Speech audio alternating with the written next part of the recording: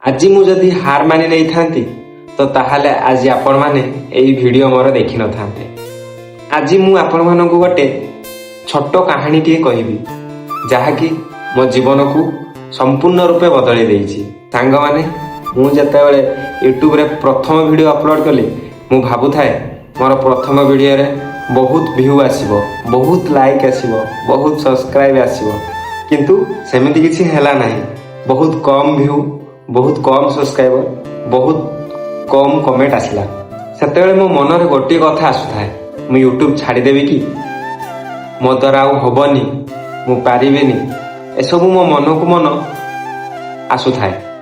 तापरे मु मो मन को बुझेली आज जो माने सफल यूट्यूबर से माने दिने न दिने सुनर ही आरंभ करथिले। सेही कथा पुणी मते कैमरा सामने को आनिला।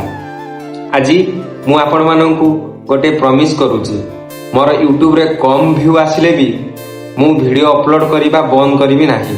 कारण मु जानिची एमिति गोटे दिन आसीबो जे कि मो परिश्रमर फल मते मिलिबो। जदि आपण मानक जीवन रे एमिति कोनोसी स्वप्न अछि तो आपण माने प्रॉमिस करंतु, केबे भी हार मानिबे नाही। मु चाहे एमिति मु दिने एक वीडियो बनेबी जहा व्यू नु लोक मानक हृदय को छुईबो, किंतु स्वप्न देखिबा सहज, ताकू साकार करिबा को हेले मते कठिन रु कठिन परिश्रम करिया को पड़िबो।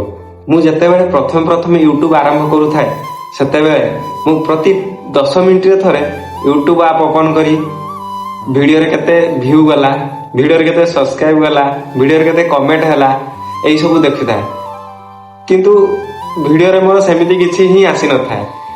0 लाइक 2-3 व्यू एमिति ही आसुथाए। तापरे मु निजकु मन को बुझाए गोटे गछ लगाइबा हेले आमे ताऊ केते परिश्रम करू।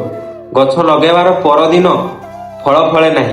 प्रथमे बिहन माटी तळे शक्तिशाली हुए, तापरे चारा बाहारे, तापरे गछ लगा जाए, तापरे जाई गछ बड़ हुए, गछ बड़ हैला परे फूल रु फल हुए, तापरे आमे सेई फल को खाऊ। हुए तो आम जीवन सेमिति गोटे गछ परी। आज जो माने परिश्रम करूचंती तार फल आपण माने निश्चय दिने न दिने ही पाइबे। आज मो पाखरे गोटे छोट रूम अछि, साधारण फोन अछि, किंतु स्वप्न बहुत बड़ अछि।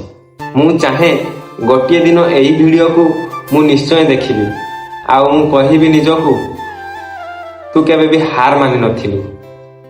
तो सेहिथि पई तू आज एइठी पहुंचीजु। यदि आपण माने मो सहित अछंती ताहले एई वीडियो को लाइक, शेयर, सब्सक्राइब करंतु आ मो जर्नी रे मो सह हाथ मिलांतु आ गोटे फैमिली परि रुहंतु। धन्यवाद। जय जगन्नाथ।